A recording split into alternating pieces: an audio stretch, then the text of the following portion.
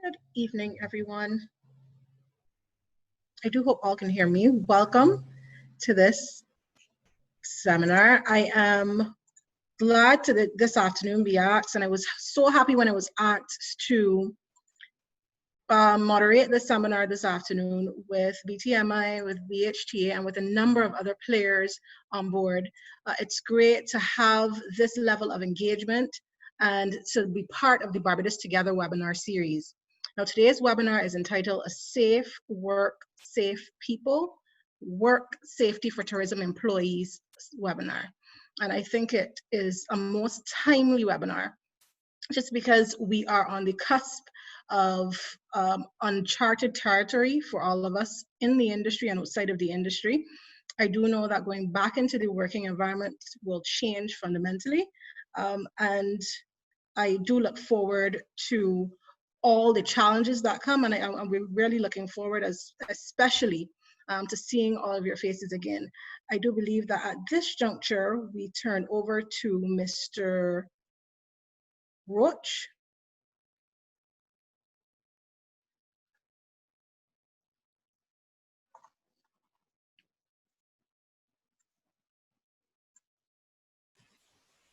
Good afternoon. Hello. Hi, everyone. Hi, Brittany. Thank you very much. I want to thank everyone for joining us this evening for this third webinar in our webinar series. And just to give those of you who would not be aware a little background to the webinar series, this webinar series came about as a result of the formation of the Tourism Task Force. And one of the streams of work within that task force was to develop an HR development program.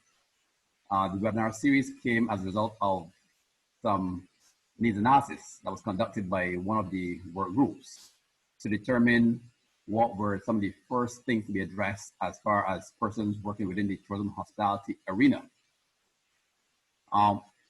We actually have a series of webinars, and following that, there will be some online training programs. The webinars are also going to be recorded, and those recordings will be available for access for those persons who would not have had the benefit of being able to join the live webinar, or also for those persons who had joined the webinar but want to do a recap or just want to go over a particular section of what we presented. Now, today's session, Safe Work, Safe People, we're going to hear from a number of panelists who should share some quite enlightening information with us. But I just want to note at this point that, given where we are currently with the COVID crisis, there has been a lot of work ongoing to develop protocols across the tourism and hospitality sector. those protocols certainly will be shared with the relevant parties.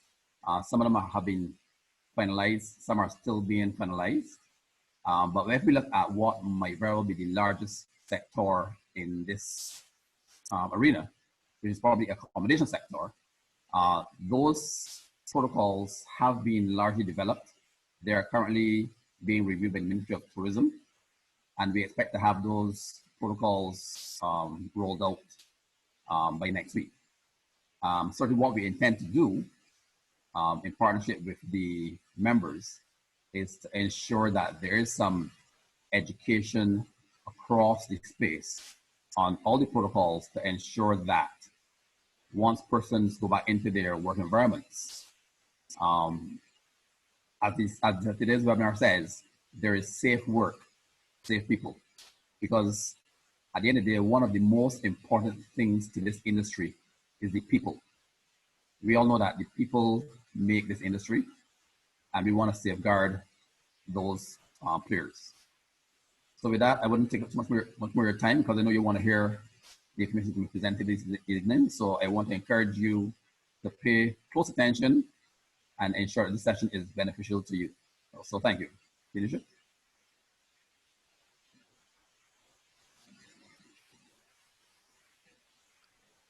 Thank you so much, Jeffrey.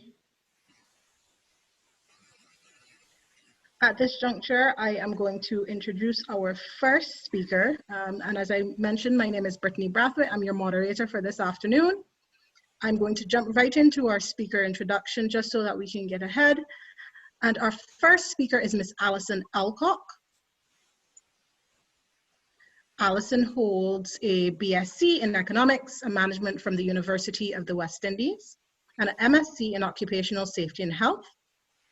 Ms. Alcock has been with the Labour Department since 1998. She started as a factory inspector, and she has been acting as Senior Safety and Health Officer since December 2008. Alison Alcock is a colleague to me as well, a mentor to many, and I'm so glad to have her here this afternoon to share her professional perspective on safety and health and returning to a safe working environment in our sector. Over to Alison. Thank you very much, Brittany. Good afternoon, everyone. Are you hearing me well? Yes? Okay, great. So this afternoon, for the next 15 minutes or so, I'm going to introduce you to safety and health in the tourism sector. Let me see if I can share my screen. The focus of the presentation is going to be on, it's not going to focus on legislation. Are you able to see it yet?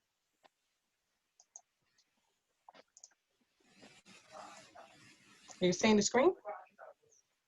Yes, no? No. No. Okay. In the interest of time, I am going to move on.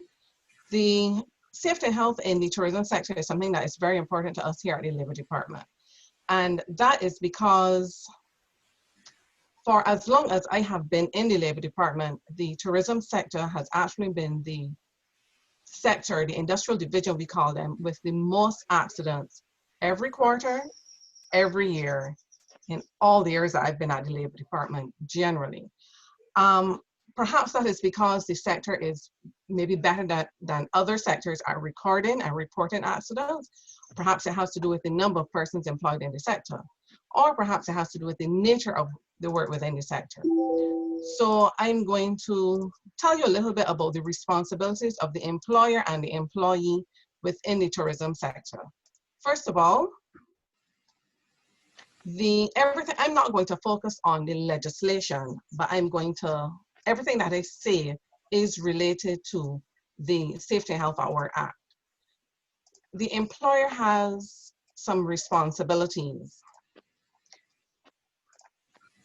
and that is to ensure that everything that's done in the workplace is done safely. So I'm going to focus on the role of the employer and the role of the employee. First, the role of the employer. To provide a safe place of work, a safe system of work, that's the way the work is done safely.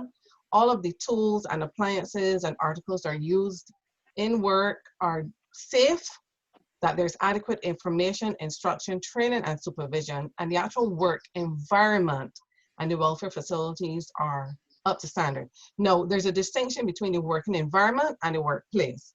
The workplace is the physical place, the kitchen, the restaurant, the back office even.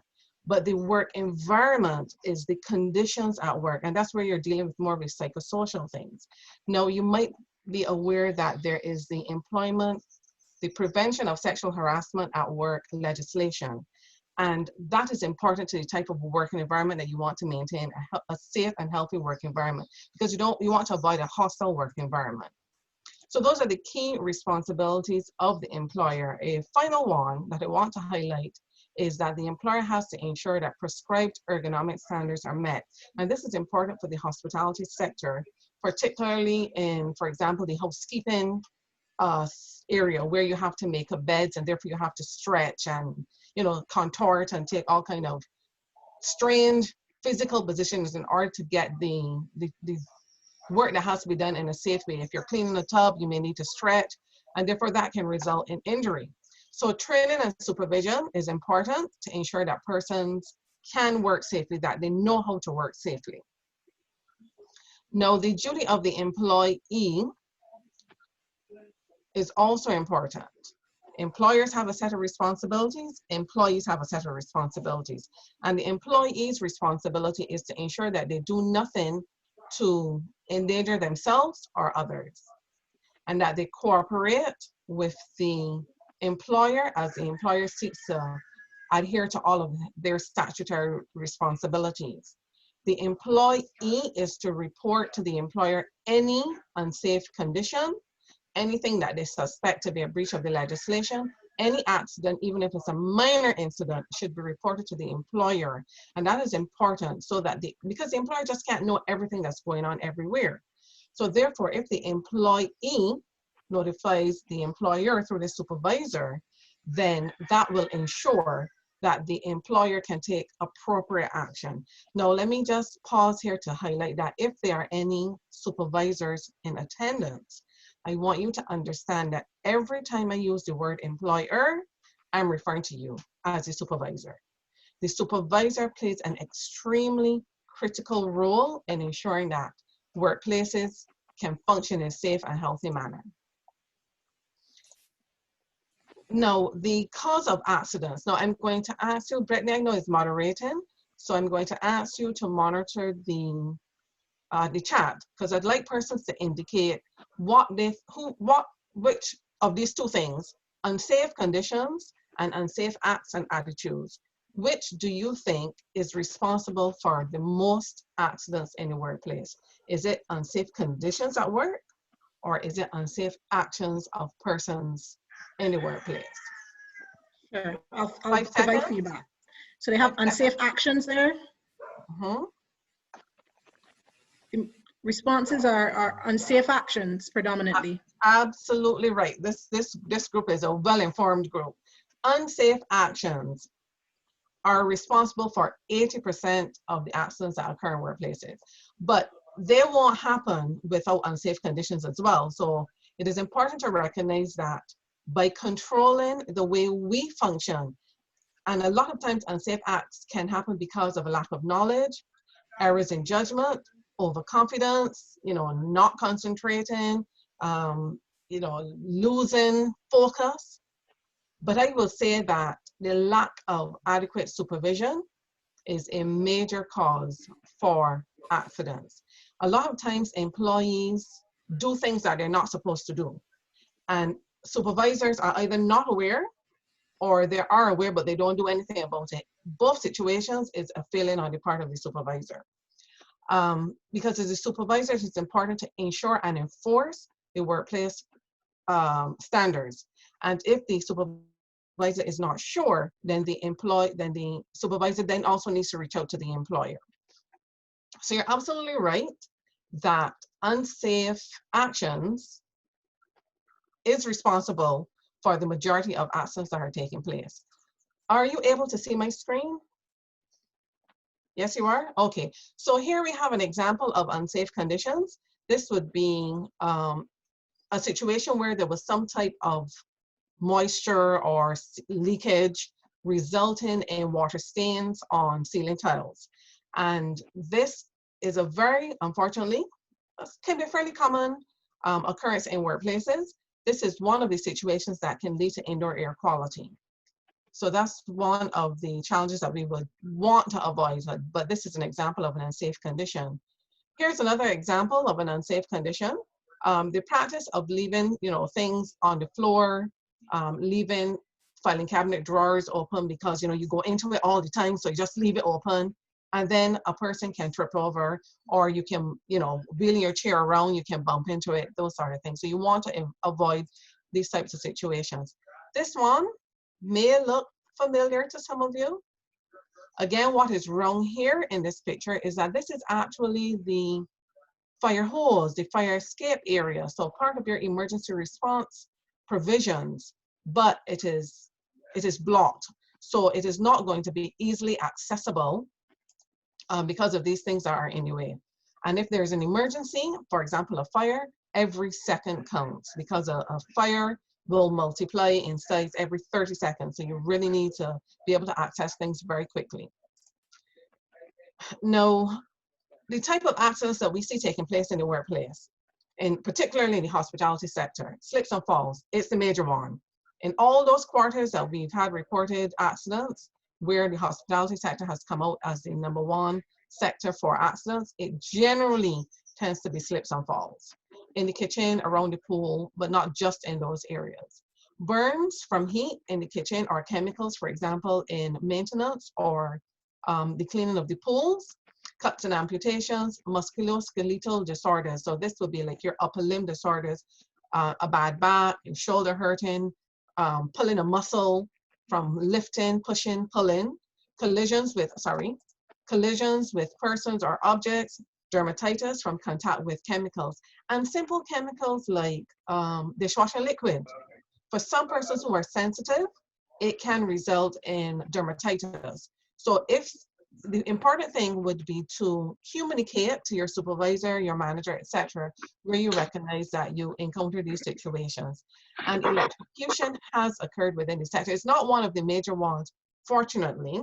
And just to point out here that electrocution refers to where a fatality occurs. A person dies as a result of electrical shock. We don't get that happening too often, but unfortunately, we do get some cases of electrical shock taking place within the sector. So to move quickly along, some of the causes of slips and falls, I think you are pretty familiar with what those are. How to prevent it? The first will be to wear appropriate footwear. Shoes with good rubber soles and good grip. Anti-skid rubber mats would be useful. Trip hazards should be removed. So if you have a mat that is sliding around or is torn and worn at the edges, those should be replaced quickly. Routinely clean floors with the correct cleaning agents. And then of course you want to put up signage to warn persons that the area is wet. Turning off taps completely so that you don't get the water or drips, leading to mossy areas and those sort of things. And of course, taps and leaks should be fixed quickly. Now, I'd like to share with you that one of the major accidents are occurring within the public sector had nothing to do with the hospitality, but I like to use it as an example because it just, helps you recognize how easily something can happen. This was an accident involving a maid at a public sector workplace, and all of this is published because it went all the way to the appeals court, I believe. And the person who was injured was 35 years old, and the piece of equipment was leaking for quite some time, like months. And it was not repaired. And eventually she was the maid, she was cleaning up, but something happened and she slipped and she fell. And I don't think she's ever been able to work again.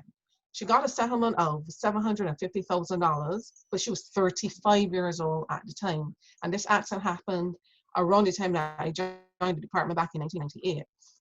So and the equipment, the part had to be brought in from overseas and all those sort of things, but they found a quick fix after the accident.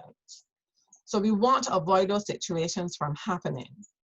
Now, handling chemicals is another area of accidents, and I gave some examples already. Now I'm going to highlight for you some of the things that we've seen in the sector.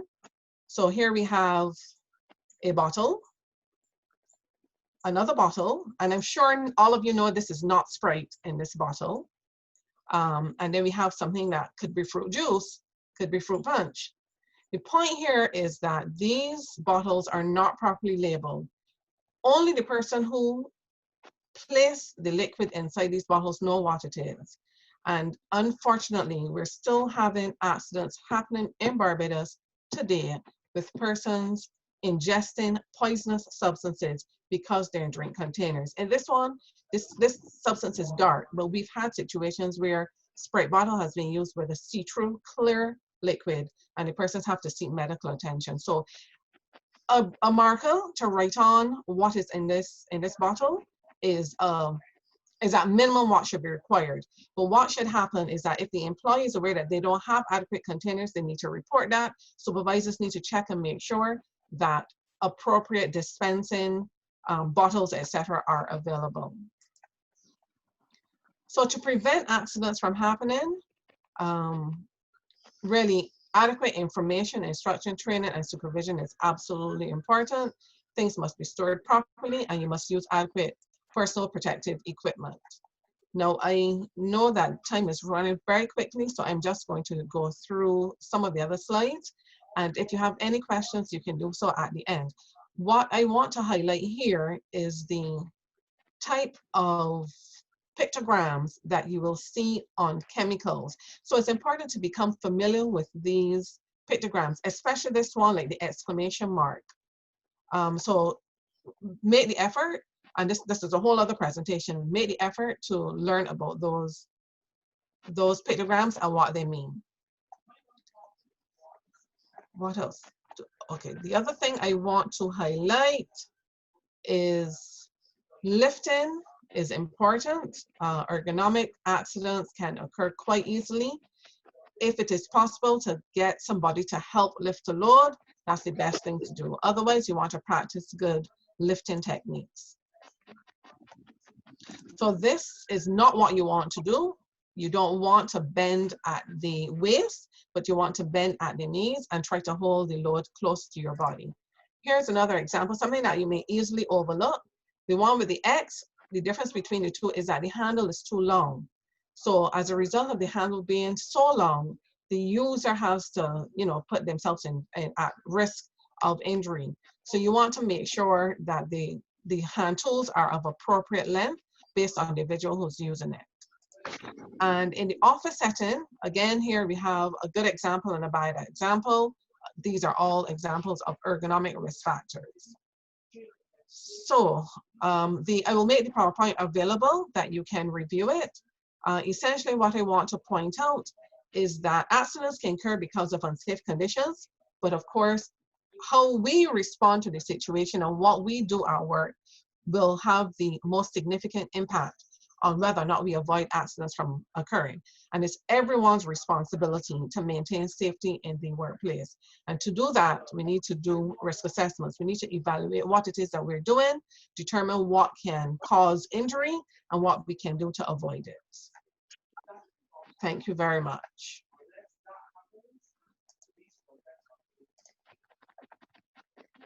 That's it for me. Thank you very much, Allison. And at this juncture, we welcome Wayne Waldron. Wayne joined us a little late, but thank you so much for joining us, Mr. Waldron. Happy to see you. And Miss Allison, nice presentation. No problem. That's fine. It will be recorded and it will be disseminated, so I'm sure you'll be able to see. Yeah. Yes. So thank you very much. Next up, we have Miss Renee Coppin. And Renee has a BSc in Management from UWI and an MBA from the University of Surrey. She has extensive training in sales, marketing, and customer service. Renee is also the General Manager at Infinity on the Beach. And we welcome Renee. Renee, thank you so much for joining us this afternoon. Renee will provide a hotelier perspective, and she will share what her hotel has been doing and is doing to prepare for the reopening. We did hear from Mr. Roach when he opened the session that we are awaiting official protocols. So it's just to note that Renee's perspective is, of course, what her interim measures are, and we're surely grateful to have her join us today. Over to you, Renee. Thank you very much, Brittany. Of course, we are not currently fully open. We have basic staff in place, and we're trying to keep the plant going. But a lot of our preparation at this stage is focused on trying to put policies and procedures in place. COVID-19, I think, has necessitated a change in the way all of us are going to be forced to operate in the workplace, in the home, and certainly in the hotel sector. I was recently reading a paper from the World Health Organization where they were saying that we're no more at risk than any other sector. But because of the fact that we have persons who are coming in, who are doing short stays, and who are interacting, because by nature of being on vacation, you want to meet people, you want to interact with other people. So our management of health and safety going forward is going to have to be very much informed by the uniqueness of our situation. Unlike a hardware store, a person may come in, you take their temperature, they shop for a little while, they go back out. Our guests are going to be with us for 1, 2, 3, 4, 21, or even more days. So in terms of focusing on health and safety, we want to be very sure that we are putting in place the best guidelines and protocols to ensure that we keep our staff, our guests, and our other stakeholders safe. In the absence of formal guidelines, I think I have to give thanks to Robin Gollop-Knight from Ross Trevor, because she was very proactive in terms of coming to a small group of us and saying we need to start looking at what we're going to do and developing some guidelines. And what we have done in the absence of the formal protocols is we started to look at what is best practice across the world. And I think any hotelier or anyone involved in any sector at this stage could be doing that, looking at what other people in the same industries across the world are doing, and trying to ensure that they are looking in advance of even their own health ministries protocols at things that they should be putting in place. A lot of them are actually fairly common sense. And for us, I think what is good is that we've always had health and safety standards. We've always had a health and safety committee in place, which is made up of all of our team leaders. We've always kind of given a lot of attention to health and safety in the workplace. And so a lot of what we are doing is a continuation of that. But in preparing for COVID and reopening of the properties, what we've tried to do in advance of the formal protocols is come up with our own guidelines. And those guidelines are fairly extensive. They're brief, but they're extensive. And they're meant to give our staff common sense, practical touch points that they can use to guide them in terms of how they move forward as we interact under the new normal, as people have been calling it. So when we welcome guests back, whenever that may be, if it's August, September, October, November next year, I'm hoping it's sooner than that, we want to ensure that all of our staff are ready to do so in a way that allows us to deliver the same level of hospitality, courtesy, and warmth, but understanding that we have to put health and safety at the forefront of whatever we do. So we have some guidelines that will guide our departments across the board. They're common things like ensuring that we have germicidal wipes, that frequently touched surfaces are being wiped down, that staff are equipped with masks, and obviously we are, as employers, required to provide those masks. In advance of opening, we're ensuring that signage is in place, that social distancing protocols, especially in our restaurant and other common areas, are established. We're looking at how we're going to space out the chairs and tables in our restaurant to ensure that guests can dine comfortably without putting themselves at risk. We're looking at ways that we're going to introduce those protocols, extend those protocols into our kitchen. How do we treat to interactions in the kitchen? Can often be a very frenetic place in a hotel. So ensuring that we have protocols in place to guide our staff in those areas. We're especially concerned about our housekeeping, because obviously in housekeeping, they are the guts and the heart and the soul of the property. And so we want to ensure that our housekeepers are kept safe. So we're looking at ways that we can do that. Simple things like ensuring that housekeepers always have the doors and windows open when they're cleaning the rooms, ensuring that they're wearing masks, and where necessary, they're wearing also face masks. We're looking at ensuring that they're not in the room with the guest and that they're interacting in a very minimal way only with the guest's personal possessions. So there are a lot of basic ways in which it's going to necessitate a change to the way that we do business.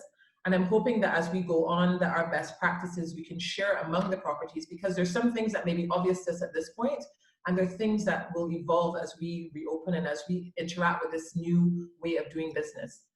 But initially, our focus is on ensuring that we have a set of guidelines that our staff, that our guests are very clear as to the expectations and the rules and the ways that we'll be operating as we reopen to prepare for this new post-COVID reality. I'm hoping that a lot of my discussion will be in Q&A, so I don't know that there's a lot more that I want to say at this time. So I appreciate the opportunity to be here and look forward to the questions. Thank you so much, Renee. You're welcome. We now welcome Mr. Wayne Waldron. Wayne, you can jump right into your presentation, and Mr. Waldron is with the National Union of Public Workers. Mr. Waldron is a valued colleague of mine. He has extensive knowledge of safety and health, industrial relations, and I'm really happy that you could join us this afternoon, Wayne, to lend your perspective, a union perspective, on what you think hoteliers and employees should be preparing themselves for, and what safety and health looks like beyond COVID once our sector, and I know Renee said with hope, definitely with hope that we'll be back up and running very soon. Once we get started again, what our sector looks like and what the union would hope our sector looks like for the safety of our employees.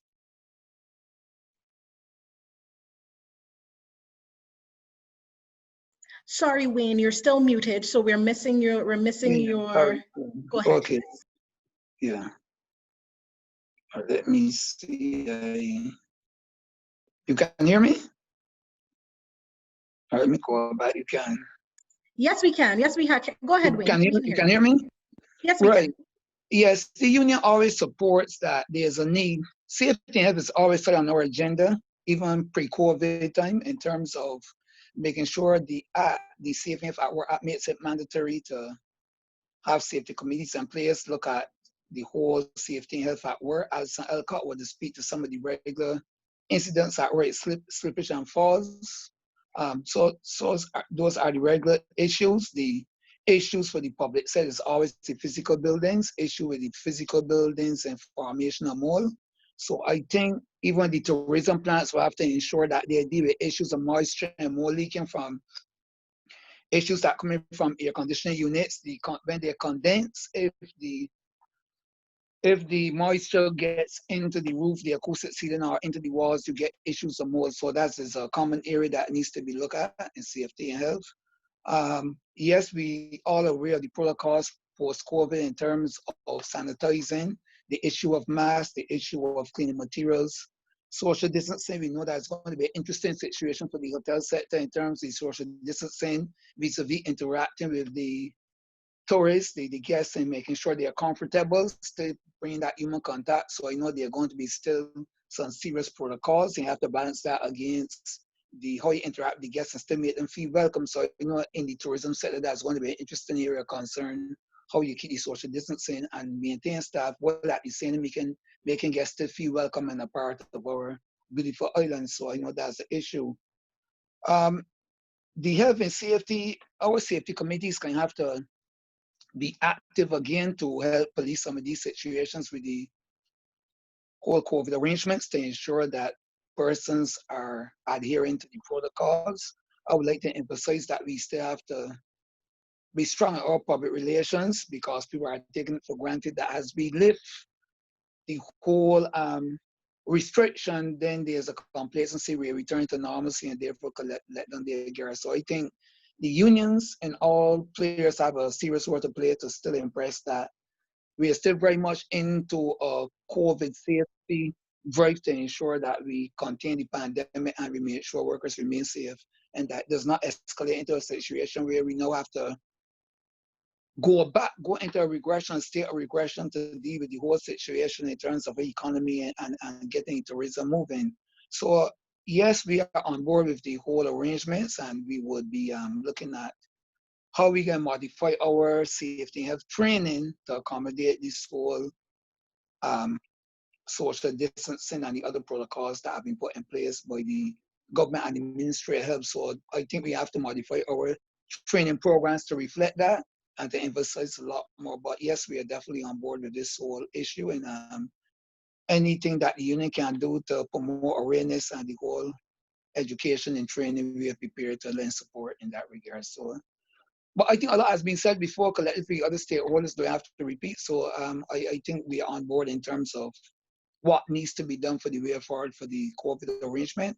And as issues arise, we will come with creative solutions, because the issues that will arise that you didn't necessarily think of, that as they arise, we will seek to have the appropriate response to ensure that we deal with these situations in a very satisfactory manner in terms of the challenges that we see. So yes, we are all on board, and I'm just looking forward to work with the team to ensure that we collectively put a state of readiness in place so that all stakeholders are prepared to ensure that the tourism sector, obviously this includes immigration and customs too. We have to work with the immigration and customs are very much a part of the tourism. Probably the airport workers, which we represent, they are very much a part of the tourism sector. So therefore, I think collectively we have a job to do to ensure that the process goes forward smoothly and that we play our role effectively to ensure that education and training plays a pivotal role in this exercise.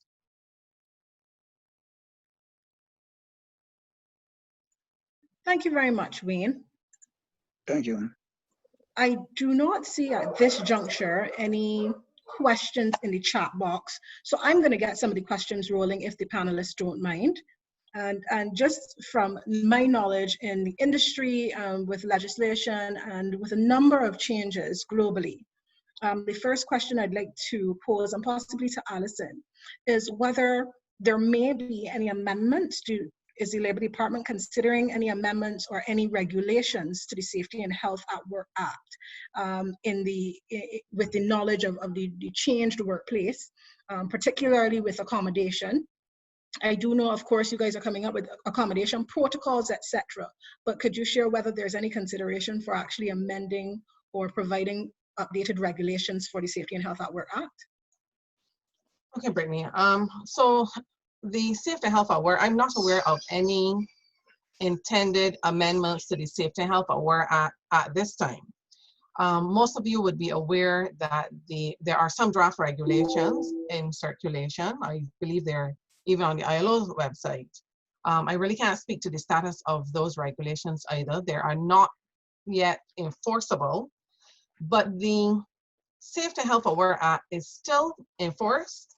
It still applies to the sector, even with the COVID situation, and it really is sufficient to deal with COVID and any workplace issue, because there is a general clause in the Act that says that the employer is to ensure the safety, health, and welfare of its employees at work. So any situation imaginable will fall into that general clause. So as it currently is, the Act is sufficient to apply to the COVID situation. What that translates to, though, is how the organization particularly manage it. The other point I want to make about the Act as well is that there is a provision for assessment of risk, and COVID is a new risk. Infectious diseases is something that was always relevant to the hospitality sector. You've always had to deal with, linen and things like that, that if there's an infectious disease that can be transmitted through those types of things, you've always had to manage infectious disease. This is on a whole different scale, but the fundamentals still apply, and the legislation is sufficient to deal with the COVID situation as well. Thank you so much, Alison. We have one good question for Renee, and a question coming in was whether or not staycation specials maybe. We have two questions for you, but that's the first question, Renee. Will staycation specials be available anytime soon? You're still on mute, sorry. It's like a monkey with a gun, I'm so sorry. I know that some properties like Dover Beach, I know is a property is offering staycations even now, but for a lot of us, the balancing of reopening the property to cater to local business, which may not be able to fully cover the cost of actually running the business, is going to be the challenge. And so for me personally, I know that we have to reach a critical mass in terms of numbers of guests coming into the hotel before we can reopen to offer staycations, unfortunately. I do run two properties, one Infinity on the Beach and the other Pirates Inn. Pirates Inn is smaller, and so at that property I would definitely consider from July offering staycations, because we're looking at how we can kind of ease our way back into reopening. But for a larger property like Infinity, it might be a little bit more challenging. But definitely, I know there are quite a few hotels who are looking into that possibility, who are willing to offer locals the opportunity to come in. And since a lot of them will not be traveling, to enjoy a hotel experience here on the island. Thank you. In the question and answer chat box, you were also commended for the great presentation. Thank you, Shanice, for your commendations to Renee. That's really kind. She also asks whether you are developing protocols for guests specifically on your properties, and whether there's the expectation that those staying for a long term or short term or for staycations would be expected to adhere to the same. Definitely, we are having, in this case, it has often been very hard to impose restrictions and rules on guests. However, in this case, the situation is obviously bigger than us, and so we are going to be very much requiring that guests adhere to certain protocols. For example, gone are the days where you can come down to our guest services and sit and have a face-to-face long interaction with our guest services agent. Now we're going to be doing that mainly via the phone. We're going to be asking that guests maintain the social distance, the 6-foot distance between themselves and the agent if they do need to come in to have a meeting with them. We're going to be using a lot more of the technology, even on property like WhatsApp and other messaging platforms, to try and interact with our guests. So there are going to be a lot more requirements in terms of the guests and how they interact with us to ensure that we deliver the experience, but also keep them and our staff, of course, safe. Brittany, if I can add to what Renee just said. Sure.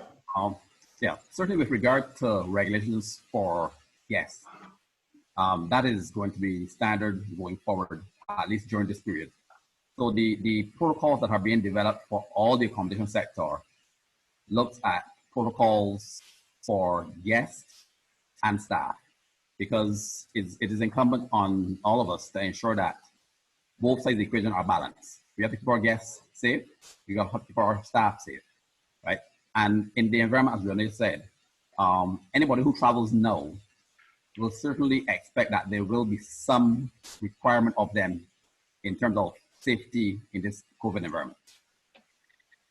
Jeffrey, before you go off, I actually have another question I was going to shoot towards you. And there was a question around the time frame for the issuance of the COVID protocols by the Ministry of Health. So I do know prior to us jumping on live, we were discussing where those are at. Would you like to share that? Yes, as I said, if I take the largest protocol right now, which is probably the accommodation sector protocol, we actually had a meeting just this morning discussing those.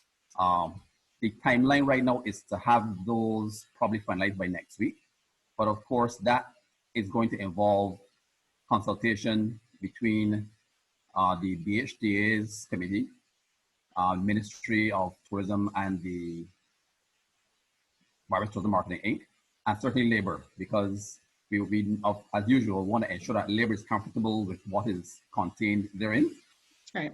So that when we do speak to our people on what they're required to do, we're speaking having a level of comfort that it has been reviewed thoroughly by all the interest parties.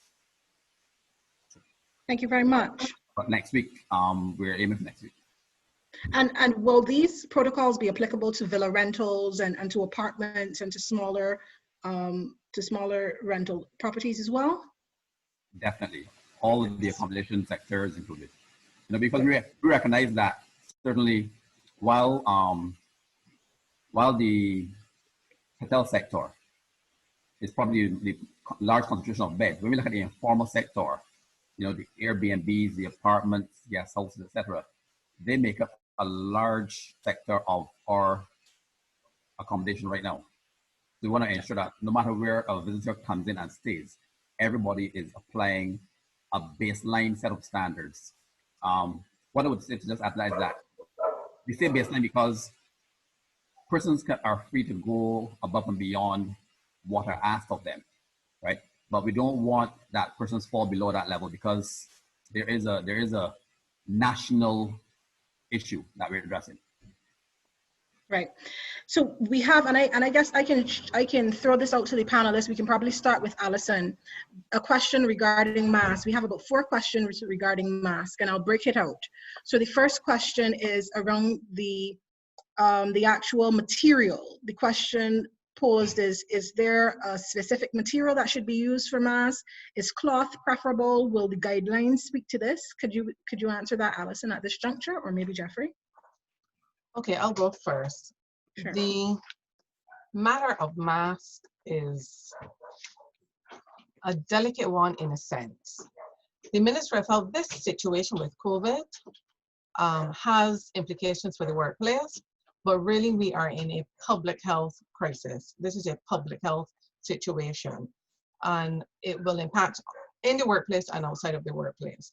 So therefore, we're guided by the Ministry of Health, and the World Health Organization advise that persons should wear cloth masks because the realities of the global shortage and supply and all those sort of things come into play.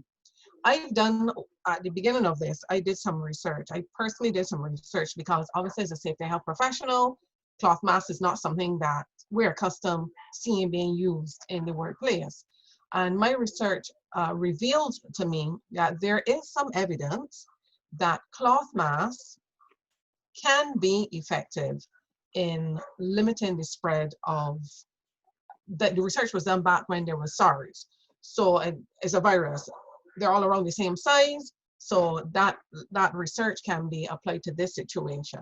So the wearing of the cloth mask, I do have to say though that I would recommend a triple layer, and I'm not sure if everything on the market is triple layer. Okay. So the wearing of a cloth mask can be done. I also saw that there was a question about the duration of wearing the mask. Now, there is a standard for particulates, which would include viruses, and that's the N95.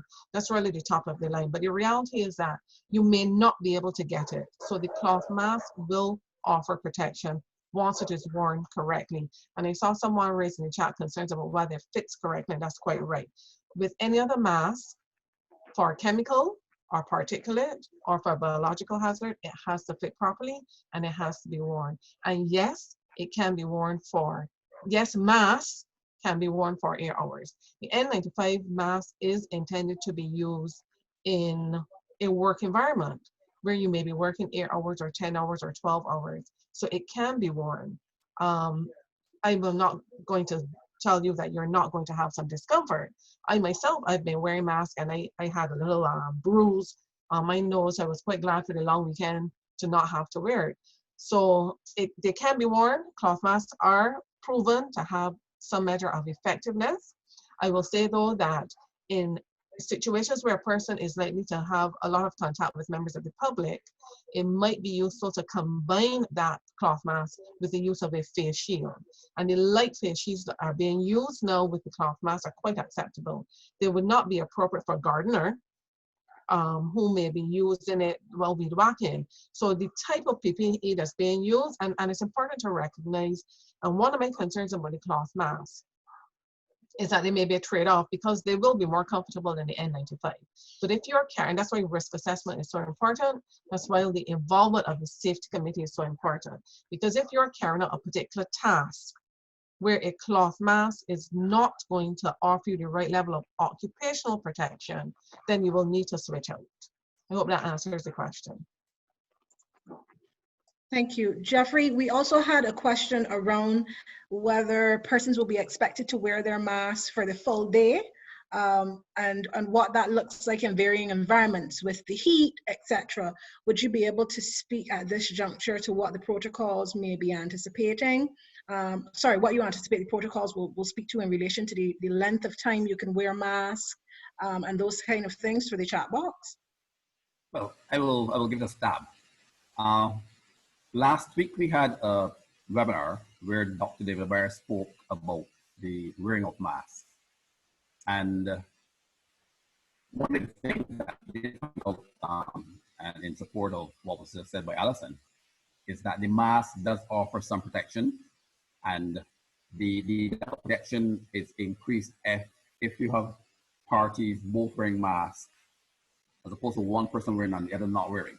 Right. So I tend to go very heavily based on what the medical professionals prescribe. Now, with regard to wearing the mask every day, I would suggest that will probably depend very heavily on what your is. My staff and some of the staff were, commenting on the fact that, the mask is uncomfortable, etc. And it was probably like 10 in the morning. If at 10 in the morning the mask is uncomfortable, by 4 in the evening, it's probably going to be irritating you nonstop. Yeah. So if a person is going to have some time away from other persons where they're, let's say, in an office space by themselves, then I believe they can take the mask off and take themselves a break from that, right? But what we have done, certainly, and I know there are other persons who have done it, and it is, I believe, some correction, it is also included as one of the recommendations in the commission protocol, is that we said that we're going to issue our staff with a minimum of 2 masks per day. Right. So that if you take the mask off, because remember, one of the concerns has always been the contamination of the mask if you don't take it off correctly, and hand washing that goes along with that. But the other issue as well is that, it says that if the mask becomes damp, then it reduces the effectiveness. Right. So if you're performing a role where you're perspiring and the mask becomes damp, then the expectation should be that that person has a spare mask that they can remove the current mask, clean their face and refresh with the new mask, right? So I think it all depends very heavily on the role the person is performing and whether they're in close proximity to other persons and they can take a break, etc. I saw another question there, and I'll just answer that briefly to Samsung Galaxy 8, who noted that it can't be business as usual, asking what protocols would be established for both staff and guests. And just to reiterate, there are national protocols being worked on for the accommodation sector. Jeffrey would have spoken to the same. They will be released prior to the sector reopening in full, and that is the aim. We have a number of players in the sector working on those national protocols. So no, it's not going to be business as usual. It's going to be business as safe as possible. And I think that's why we're having this webinar, and that's why we are reiterating all that we are reiterating. Wayne, I want to throw one question to you. So there's a question regarding workers in the restaurant and smaller spaces. And Renee, you can probably also add to this as well. So what consideration would be given to workers in confined spaces where you can't quite help that? And what are your intentions around the social distancing protocols with those confined spaces? How do you intend to work around that? We can have Wayne, and then Renee, you can probably share, what you intend to do at your properties. Well, with respect to the guests, as I said earlier, we are looking at redoing the layout of our restaurants so that we are ensuring that we have adequate space in between. I think one of the things that we are very lucky with that maybe we didn't consider as lucky before is the fact that we're open air. And I think in most cases, we're looking at a situation where the natural air circulation is better than having an air-conditioned environment in terms of filtration of air, movement of air, etc. So that is an advantage. In a smaller restaurant setting, obviously it's going to be more of a challenge because you're looking at ensuring that you have enough to cover your costs while keeping everyone safe. But I believe that if we are, which is what I think most restaurants and hotels are trying to do, establishing protocols in terms of how we lay out the seating. We're doing things like removing our buffets. We had actually just put a lot of effort into building 2 very successful buffet days, and that is going to be changed because we have to go back to having strictly a la carte. Within our kitchen, we're going to be doing our workflow slightly differently to ensure that people are able to maintain social distance or distance between them, physical distance between them while they're working, and also utilizing other spaces to do some of the prep work, etc. So it requires a lot of rethinking of how we are doing our work and how we're going to set out our staffing and lay out our workflow. But I think as many people have said, it's necessary, so we're doing it. Thank you. Wayne, would you like to add? And Wayne, you're still muted, so just unmute, please. Yeah, you hear me now, right? Right. You hear me? You hear me now? Right, good. There are going to be some challenges with confined space. I mean, by nature, some very business, the space are confined. But since to rely on distance as one of the measures, at least you can do all the other things. The wear the mask at all times, sanitize, minimize contact if you are in the area you're passing. Obviously, at some point, you may close proximity of another person, but at least adhere to the other measures, because it's then one measure that you are taking to contain the whole safety against contracting COVID. So even in spaces that may be a little confined, I think if you do the other things correctly, like sanitizing, the social distancing, how many employees in a particular area at the time, that's where you can do. If it's confined, maybe can they be allocated at different times to be in a particular area? All of that you can do in terms of controlling social distancing. But there are going to be some challenges exact 6 feet at every instance and where they can function in terms of the layout of the office, but at least if all the other arrangements are put in place in terms of masks and your sanitizing, and you ask staff at intervals to juggle around so to minimize this whole thing to contain distancing, I think we can still work a fairly safe arrangement as humanly possible to deal with the social distancing and to keep within the contain the pandemic in terms of the workplace and safety measures. Brittany, I'd like to Yeah, go ahead. add a couple things. So, Sure. because what Wayne is just alluded to is what we call the hierarchy of controls. And the wearing of the mask is at the bottom. The staggering of hours, having different people coming on different days, that's a higher level. But there's another one that I want to highlight. It's not going to be practical in every situation, and that's using physical barriers. Now, if you've been to PriceSmart since COVID has happened and we've reopened, you would see that they have these like curtains. That's actually a physical barrier, what we would call an engineering control. So you can replicate that same approach. Again, it's not going to be valid in every situation. So if there's anything that you can use as a physical barrier between the workers or between the worker and the client, some places have been using Perspex glass.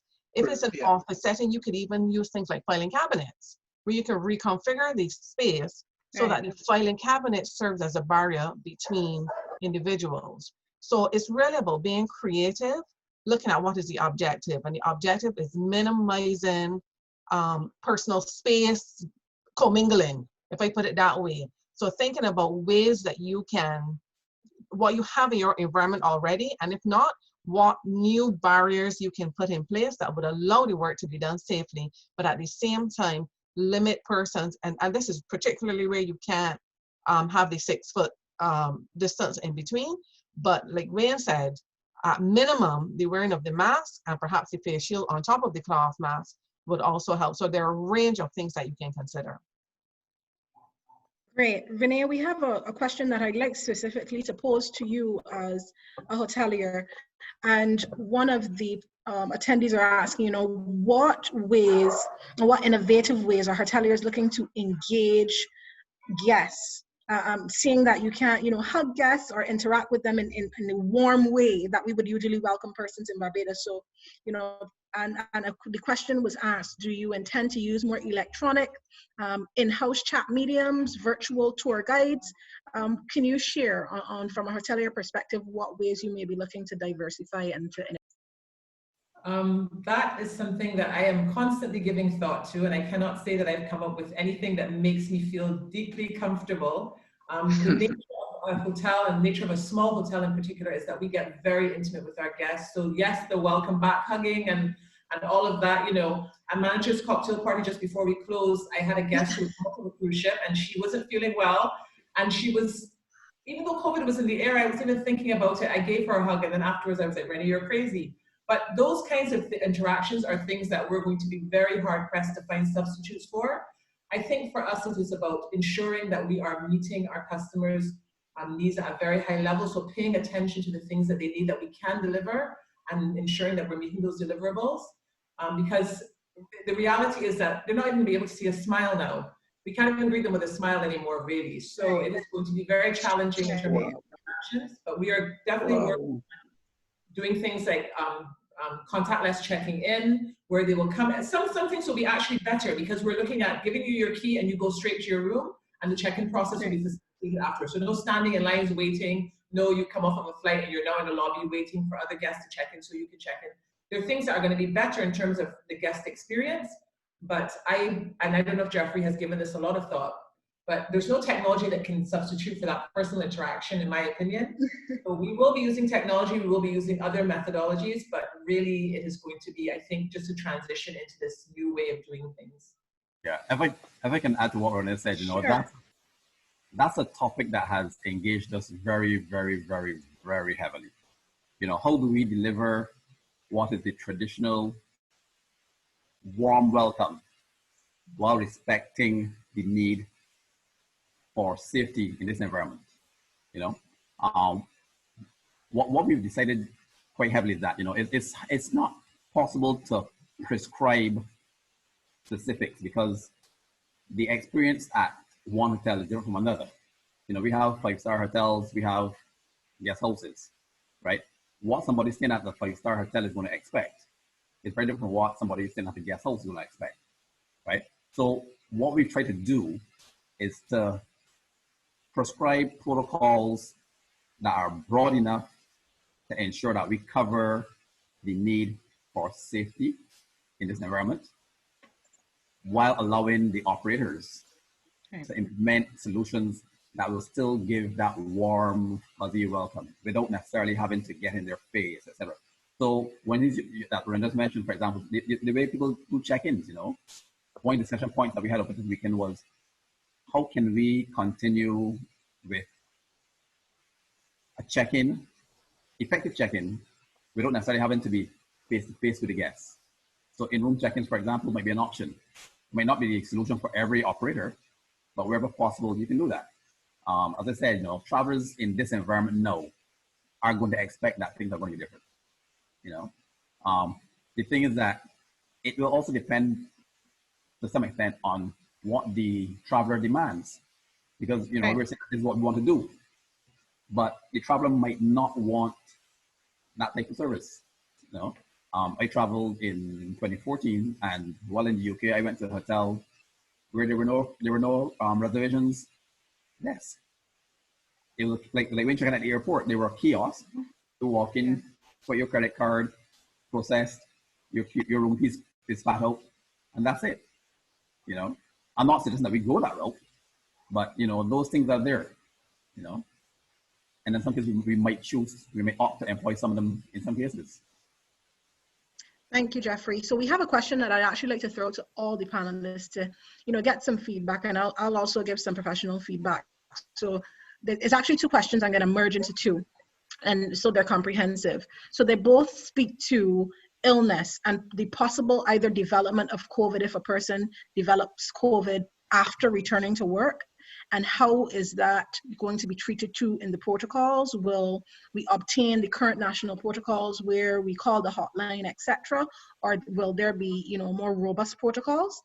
And the second part of that question pertains to pre-testing. So will there be the pre-testing of employees, either for COVID or just to receive a clearance certificate from medical practitioners prior to the reopening of the sector? So just a reminder, the first part of the questions, you know, how are we going to manage persons who may develop COVID or who could or maybe more susceptible to developing COVID when they return to the workplace?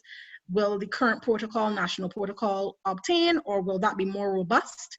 And the second part of the question, how do we intend, you know, to manage those persons who are in the environment and maintaining safety? So can we start possibly with Wayne? Well, Greg, you're on this. Jeffrey, you're on the screen. Would you like to start because you're there? All right, so first part of the question, persons who are more susceptible to COVID, etc. The national protocols do on that. Recommendations include such things as, you know, allowing persons to continue to work from home where that's possible, where persons need to be in the job environment. If you can situate that person in another area where they are more isolated, you know, and protection measures, yes. So I think the general protocols do contemplate such, but what we've also been trying to do as well is that, as far as possible, encourage the employers to be flexible. Yeah? You need to recognize that there's no point in having an individual who has a susceptibility come out to your environment to work and risk the possibility of contracting COVID, because then that person can no longer work for a period of time. Yeah. and potentially could even expose others in the environment. So there has to be a level of flexibility by all employers to ensure that we do as much as we can to accommodate our team members. Yeah. The second part of the question, and that's around pre-testing and before coming into the working environment, and whether we will have actual COVID pre-testing or will there be clearance certificates required? Well, when we look at COVID pre-testing, what we will find is that most environments now, we're going to actually have temperature testing. The actual COVID testing is a little more complex because that's not something that can be done by, the average person. That's something done by the medical professionals. So if you talk about more COVID testing, that's going to be rest with the Ministry of Health COVID response teams. What I know is recommended is that if you have an individual in your employment who suspects that they might have COVID, then the recommendation is that you encourage that person to contact the COVID hotline so that they can then follow protocols to, pull that person out, do the testing, do the necessary contact tracing, etc. Right? Because that's not something that any employer can follow through on, right? But aside from the temperature testing, again, each employer then has to ensure that they follow the recommended protocols so that where there might be a suspected case of COVID-19 in their environment, they do all that they can to minimize the risk of that person being exposed to other players. Thank you. Wayne, can we hear your input on this? Yes. In terms of the flexibility, and UPW is working with Ministry of Public Service on a flexi work arrangement because we realize that it has been catapulted by this COVID situation, and the way forward is that one of the plus about COVID is that the whole thing, even with these Zoom meetings, is going to be a real life after COVID. I think a convenient way of meeting, the online platforms, using more technology, and the whole idea of working from home is being encouraged by Ministry of Public Service. Where possible, home working is being encouraged, now it's being looked at. They're working on logistics of that, I guess, whether you supply your own equipment, vis-a-vis, you have your own equipment, vis-a-vis the department supplying the equipment, but more and more we're looking at home working, and the whole flexible arrangement we see as a way forward for a modern public service. You can't continue, as you said, this is the new arrangement, the new way of doing things, and therefore, I think that even if the private sector all around going to have to embrace this concept of home working, flexi work. I think you get more to workers when there are flexible work arrangements where there's a win-win for both the employee and the employer organization, and work is not compromised. So I can see going forward, flexible work arrangements being a part of workers' terms and conditions of employment, even in collective agreements for the future, because it's going to be a natural way of life for the way forward. Allison, and then I'll throw it to you. So part of the question was also asking around, those employees who may be more susceptible to illness and those who may have autoimmune deficiencies, etc. How do you think the Ministry of Health and yourself in the Ministry of Labor would be advising around taking steps to secure, and ensure a safe working environment? Okay, so an employer has to manage their organization. It is on the employer to evaluate the risk, whatever that risk is, and put appropriate measures in place to respond. So I'm not aware at this point if there's going to be any absolute requirement for a workplace to do testing. Temperature checks is something that's being encouraged, but we all know that there are persons who can be positive for COVID but not have any symptoms, including a high temperature. So there are limits to how effective a temperature check will be in catching every single case of a person who may have COVID. But what I want to stress is that the employer and the employee are to work together through the safety committee, through dialogue. It's important to ensure that there are mechanisms for dialogue where an employee is for some reason very concerned about their own safety, that they can speak to their employer and the employer can work with them as far as reasonably practicable. Now, I will say that there are persons who, like in every situation, who will try to take advantage of the situation, and that's something that an employer reasonably has to guard against.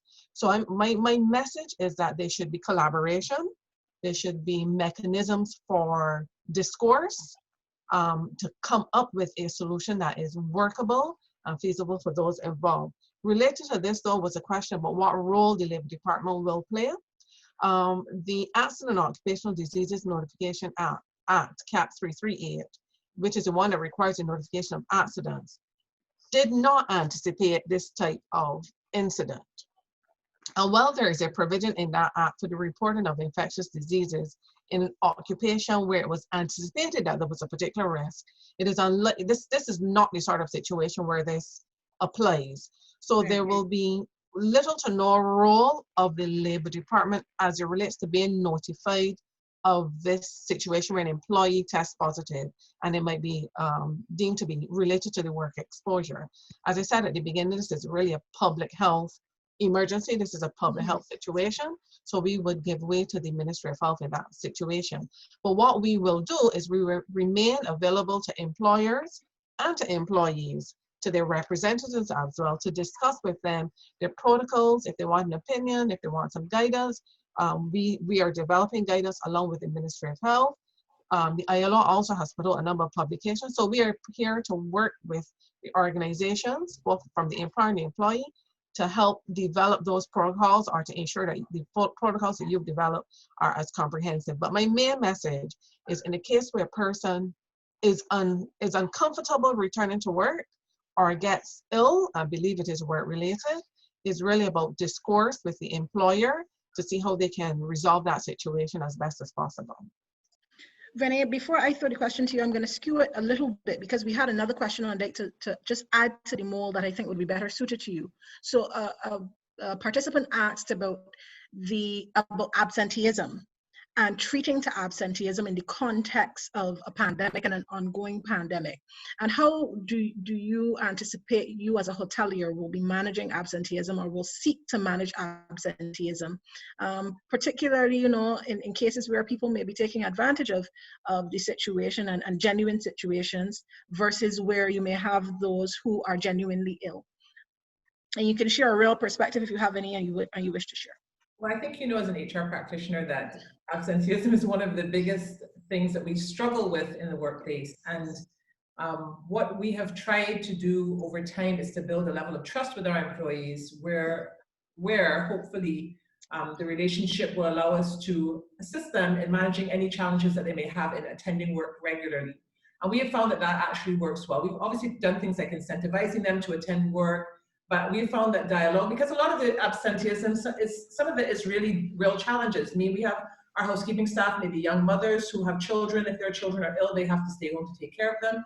So sometimes it's an issue of how best do we support and work with our staff to ensure that we manage that whole question of absenteeism. Clearly, in the wake of something like COVID, there may be people who may seek to use this, or take advantage might be an unfair term, but use this to get out of being at work frequently. And we're hoping that will not be the case. I think coming out of this, I think people will be eager to return to work. I think so. I think so. I have had staff asking me when are we reopening. I think they're keen. I think people in this situation are recognizing the value of being at work. Unfortunately, in the hotel sector, I don't know other hotels, but in our small hotel, there are not many employees that we can do without. So the option of working from home or remote work or remote meetings is not really one that's available. I mean, we need waitresses, we need housekeepers. A lot of our work tasks are people that we need there. And so I think for us, in our properties, it is just going to be a matter of working with our staff, understanding what their unique challenges may be, whether they have pre-existing conditions that they may have fears about being in a work environment with. It will be working with rosters. It will just be trying to work collaboratively as possible with our team to ensure that we are supporting them in the ways that they need support, give them the information, the training, the tools that they need so that they feel comfortable working. And then outside of that, helping to try to work as best as we can to manage the situation. That's at this stage, I think, all that we can do. Yeah, I want to respond to that too. Yeah, because there's the concern that can arise with taking advantage of the COVID situation. I think I had a discussion with somebody recently I think unions can do where ethics. We have done it 1 or 2 times where ethics where the deserve standards of conduct and behavior one would expect. The whole Wonderful. thing about honesty is for honesty is fair. But yes, this is something that can fly where the HR practitioners, as Renee said, develop such a good relationship that you hope by that honest, open, good relationship, people will be more inclined to be honest and to open up if there are challenges rather than take advantage of that situation. Because yes, this can be something that I know managers can very well be dealing with, but it will be dealt with case by case. You have to know your employees very well, use your discretion, and hope that with your sense of judgment and seeing the situation on an individual basis, you can get the truth of the situation and deal with it the way it deserves, because I know that even with the public sector and this whole thing, you have people that won't compromise or diabetes or retention, we know that you can get quite a few requests there. But it's something managed case by case and hope that based on certain evidence and honesty, you can really accommodate people fairly in that situation. Thank you very much. Jeffrey, we have another question that I think would be most suited to pose to you, and that's about pre-entry. So we had, a comment saying we're asking a lot of questions about persons when they are on property, but we want to focus a bit on pre-entry even to the country. And one question is, will the sector and will the Ministry of Health, and I guess it's not the fairest question to be answering directly to you because we also did not secure a medical practitioner from the Ministry of Health, but with your insight on what's happening on National Task Force, do you know whether we'll be looking at monitoring virus levels per country and possibly when we are accepting entry, be looking at how we are accepting entry? Is that on the cards? Yes, effectively. Remember that this situation that we are facing, for guests to return to the destination, there have to be a number of things aligned before that happens. So if we took, let's say, the UK market, for example, I believe our health authorities are the ones who will dictate when we accept guests back into Barbados. And that will depend, certainly, I believe, on what's happening in source market and what's happening in Barbados. Right? Once persons are then returning to the destination, there is a lot of discussion ongoing currently, and I can't say where it's at right now, but I know there is a lot of discussion ongoing by the Ministry of Tourism and International Transport on whether persons will be tested at the point of embarkation, whether it will be tested on arrival in Barbados, and that's by plane. But again, if we look at cruise ships as well, that same discussion is ongoing with cruise vessels. What are the protocols for cruise guests? The difference, certainly, as I always say, is that with an airline, persons are leaving point A to travel to point B. With a cruise ship, people are leaving point A to go to point B, C, D, E, and F. So it's not just testing at the point of origin and the point of arrival, but for a cruise ship, for example, you got to consider all the other destinations that they're passing through and what's happening in each of those destinations. So it's a complex formula, but I know that has been engaging the discussion at the ministry level. And certainly the intention is that we will not take, as a nation, we will not be taking any unnecessary risk to have a situation occur where COVID starts to flare again in the country. But I think every precaution is going to be taken once we say that we are open for business to ensure that persons on arrival have been tested or will be tested on arrival. I'll let me comment to what Jeffrey said. Sure. Let the comment. Obviously, the arrangement where it determines if the port of embarking or disembarking, which will do the testing, whether the persons coming in will already be tested or got this clearance certificate saying that they are tested, they are fine. But I agree with the cruise ship may be slightly different. We kind of density dealing with on the cruise ship and the different points of interacting in terms of ports of entry. This is where we got what we could get you rapid testing or something like that. If we are going to undertake it and put a different measure for cruise ships, by then we can get rapid testing, that may be one of the ways we could probably deal with the cruise ship industry. I could see we making the arrangement to agree on which side we agree will get the clearance in terms of the passenger coming into the country. If we are going to, obviously, I think from origin would make more sense and then coming into Barbados. But the cruise ship industry definitely, you can see something like you need rapid testing if you're going to undertake that ourselves to ensure that we have control of that kind of situation and feeling comfortable with the COVID arrangement in terms of managing those employees. And outside of rapid testing, I think it would be it could be a very challenging situation. Thank you, Wayne. But that's just my comment, yes. Yeah. Thank you very much. There was a question around counseling prior to entry, and of course, mental health, because we've talked about physical health and infrastructural and those things, but of course, mental health is a significant component in this, because I think all of us panelists and participants alike, in some way or another, you know, we're impacted by the trajectory and the sheer impact of the pandemic on all of us in one way or another. So the question was about whether counseling would be considered. I think I'd probably endeavor to answer that question. I don't think that there's any legal mandate, and there could not be any legal mandate for a company to undertake counseling, but it's certainly a very good consideration. I know a lot of companies have already started, even prior to the sector reopening, doing virtual mental health sessions, and there are lots of free mental health sessions they've been circulating for their staff. But it is certainly an excellent consideration for reopening. And maybe I'll answer, Renee, if that is on the cards for your hotels, and if that is not just mental health, but engaging with staff on an ongoing basis once you reopen, with counseling sessions, etc., maybe on the cards for the hotels. I don't know that we have planned for counseling. I think what we have planned for is training. Our way of operating is very much, we try to provide hands-on and very open leadership. So at any point, I would like to think that our staff feel empowered to come to us or any of our team leaders with any concerns that they have.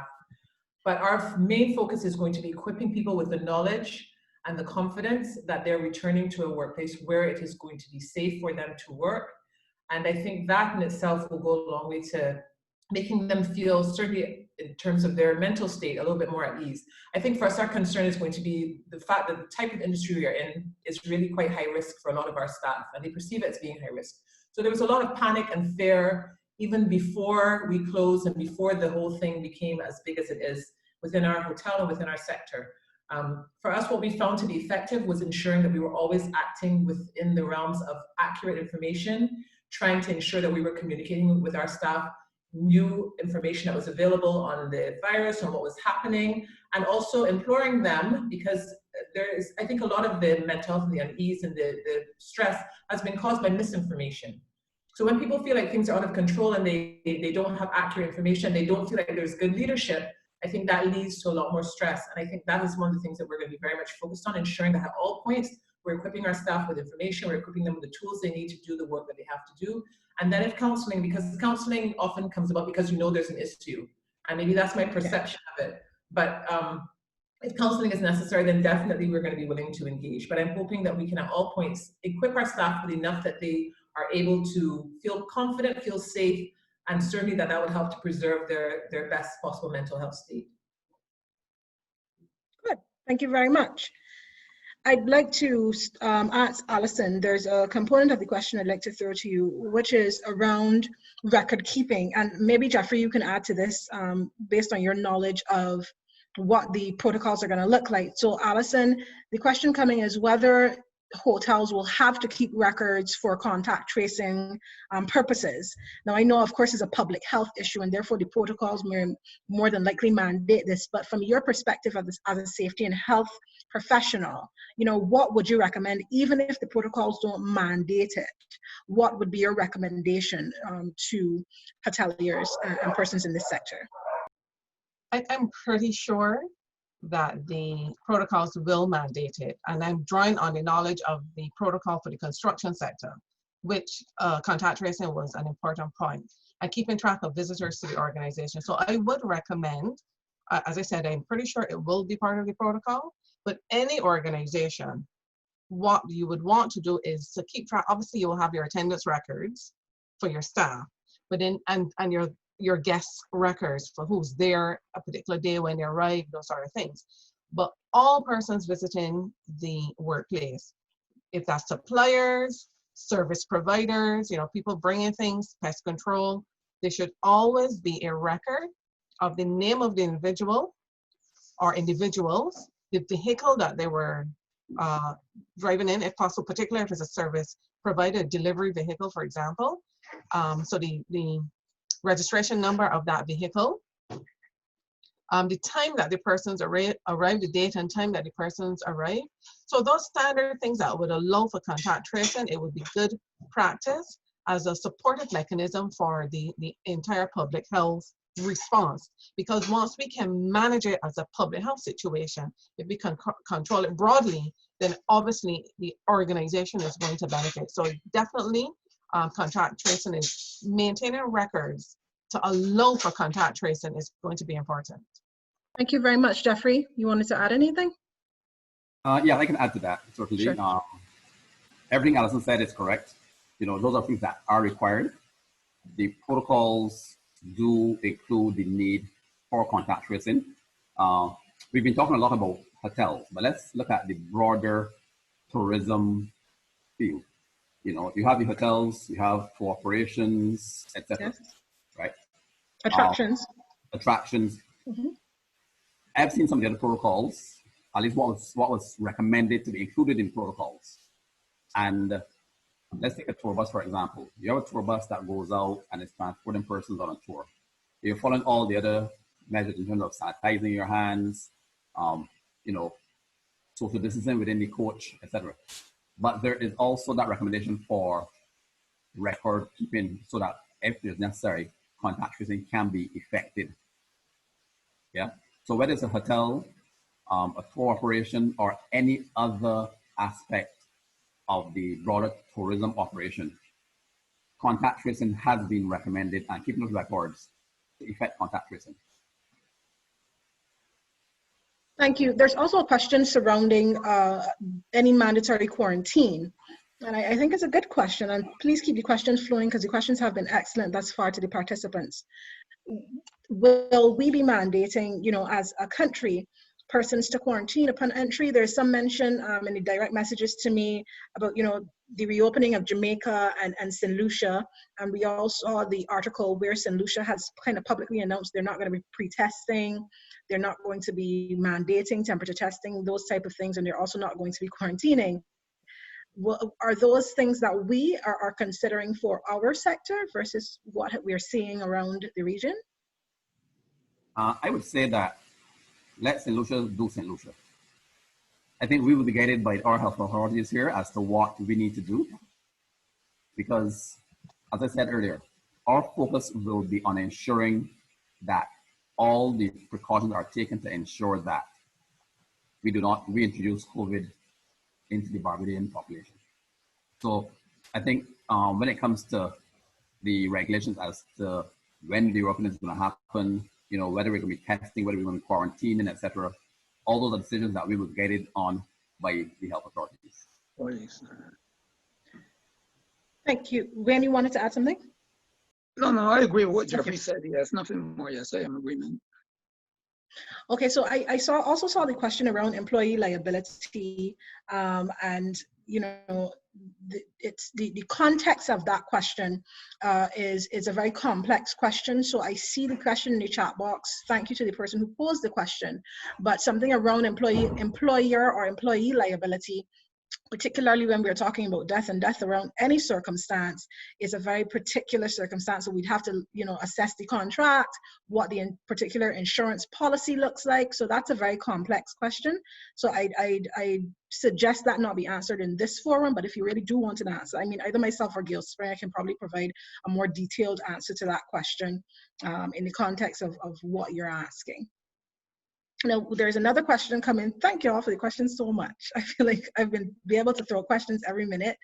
And this is around the initiatives that hotels, attractions, and other tourism players may be putting in play to counteract arrivals of persons who may be asymptomatic, or those persons who may visit and know that they're not well once we do open our borders. And this can anybody who is willing to answer. I don't know if Reddy wants to add, and then maybe Jeffrey and Wayne, and then Alison. I think that outside of rapid testing, it's going to be very difficult to kind of control that. I'm assuming, and that is, I think, one of the reasons why our Ministry of Health and our leadership has been cautious in terms of how we progress, that we are going to be taking the path of ensuring that, as Jeffrey said, that we secure and safeguard the safety of Barbadians first. So I know that the minister had said he was looking at something that would be a little bit more reliable in terms of the rapid testing before we were looking to open our borders. And certainly none of the rapid tests right now are 99.9% reliable. I mean, I think the highest they've gotten is maybe 75 or 80% reliability. So I'm not sure that we can really control the persons who are asymptomatic or persons who are able to somehow sneak through the system and come in. But I think that the closer we move towards rapid testing, the closer we will be to trying to ensure that we minimize the chances of having persons come in with COVID.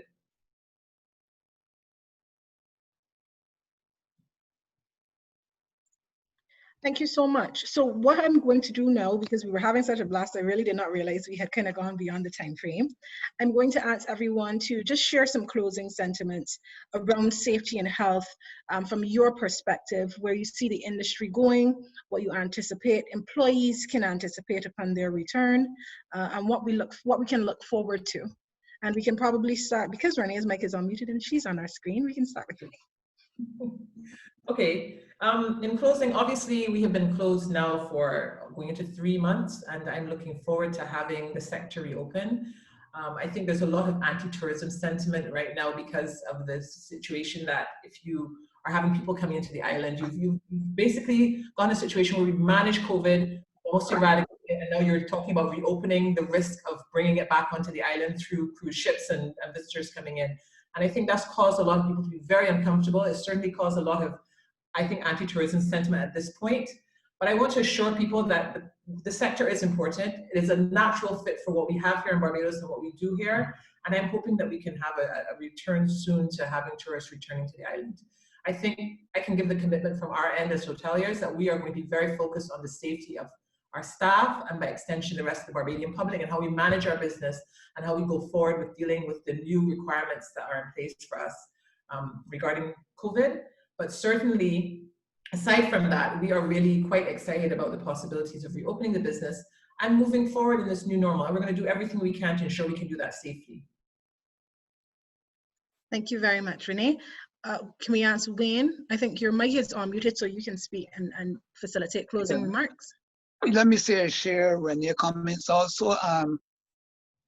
We are anxious to see the reopen the economy too, because there's a balance act between safety and because reality is you cannot have an indefinite situation of keeping economies closed because of the unease about COVID, effort research or whatever. But I think what I would support is the continued strict protocols of putting human lives first still, putting all the arrangement in place, supporting it. But definitely, I also would be anxious to see, along with the protocols in place we have been doing very well, I'm confident we will continue to contain it, that we'll see a gradual reopening of the tourist industry with the arrangements in place. So like Renee, I'm very anxious to see that, and that we continue to do our aggressive PR to ensure that we put people's lives first and that safety comes first. Thank you. Thank you, Wayne. Allison? Thanks, Brittany. So I'm going to join the chorus with Renee and Wayne to say that at the Labor Department, we too want to see the sector up and running again. And we are confident that the authorities, and by that I mean the Ministry of Health, the employers associations, the BHTA and the various sector leaders, will be focused on ensuring that we can achieve the tourism sector up and running again without compromising the safety of any Barbadian or any visitor. So I'm certain that that's going to be the case. From a pure safety and health perspective, I want to remind you that COVID is what we're dealing with today is the main thing that we're focused on. But remember that within the hospitality sector, there are many, many other hazards. Don't lose sight of those by focusing on COVID and get injured somewhere else. So, try to remember there's COVID, but there are other hazards that should not be ignored. Use the Safety and Health Committee as much as possible for all issues related to health and safety within the workplace. That is really the best forum for ensuring communication, collaboration, cooperation, and success. And like you said, Brittany, a mental health component is important. We must accept that persons may be fearful. Things will happen once the sector opens up. Things will happen, and they may be scares, they may be perceived scares, but it's important to have dialogue and discussion, and like Rania said, trust. Through trust and building on those existing positive relationships, they can be success, because, you know, we're in this together and we will recover from this situation. And the Labor Department remains available to employ individual employers, individual employees, to organizations to assist in any way to ensure safety of all workplaces. Thank you, Jeffrey. You want to say anything briefly before I closed? Yes, thank you. I'm not going to do like sometimes we see people say, well, I agree, and then repeat. So I'm going to say ditto to Allison, ditto to Wayne, ditto to Renee. I agree with everything you said, but I want to add to that if we go back to what this program has been titled, Barbados Together, right? This is the only way we're going to get through this and get beyond this, by working together. And when you look at the panels that we've had for all the sessions so far, this evening session, it is an amalgam of persons representing different interest groups, but all with one focus, to ensure that at the end of this, Barbados can move forward. And Alison just mentioned the mental health, which Brittany, you had mentioned earlier. This first series of programs has been developed primarily to address the psychosocial needs of our people. Yeah. So I'm glad to see the questions that were being asked, especially when questions are asked about mental health, because as I said in one of the previous sessions, I've been working from home for the entire period. Some mornings I wake up feeling like, oh my gosh, not another one these days, you know?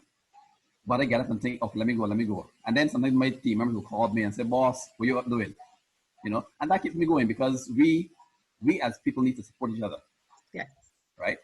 So I'm glad to see the format that has taken so far. I'm glad to see the discussion that's been ensuing. I'm glad to see the contributions being made by all the different panelists. And I look forward to, at the end of this, Barbados emerging stronger and better than we were. Thank you. Thank you very much. I want to really extend my gratitude to, you know, the BHTA and BTMI for facilitating these sessions. They are absolutely necessary for our persons who are at home or who may be at work, and all of, you know, persons across the sector. I know we open this to the public sector as well. Thank you so much for the webinar series. We have another webinar series. We have another session tomorrow as part of the webinar series, same time, same Zoom, and I'm not sure of the exact name, but I believe that Miss Gail Springer would have dropped it in the chat. So please join the webinar tomorrow and engage with those panelists, and look forward for more information. Thank you to each and every panelist tonight. I had some direct messages saying, you know, Brittany, you often speak a lot more, but I was so grateful to sit back and listen. I was so happy to hear the perspectives of all of you as professionals, to hear where we're going, what we're doing, how hard we're working. To those on the National Task Force who are developing the national protocols, we know it's hard work, but it's so comforting to know that our sector is going to reopen even more safe than when we closed. We have hoteliers like Mrs. Coppin, who is working hard to think of new ways to engage our guests, to think of new ways to bring people back into the island in safe and warm means. To the union, thank you for being here. To Allison, thank you so much for representing the Ministry of Labour. Thank you to Gail, to both Gails in the background, and to Jamila and Tanisha, who are also in the background. Thank you to all participants for joining us, because of course this could not be possible without you. We do hope it was as informative as we hoped, and have a safe and wonderful evening.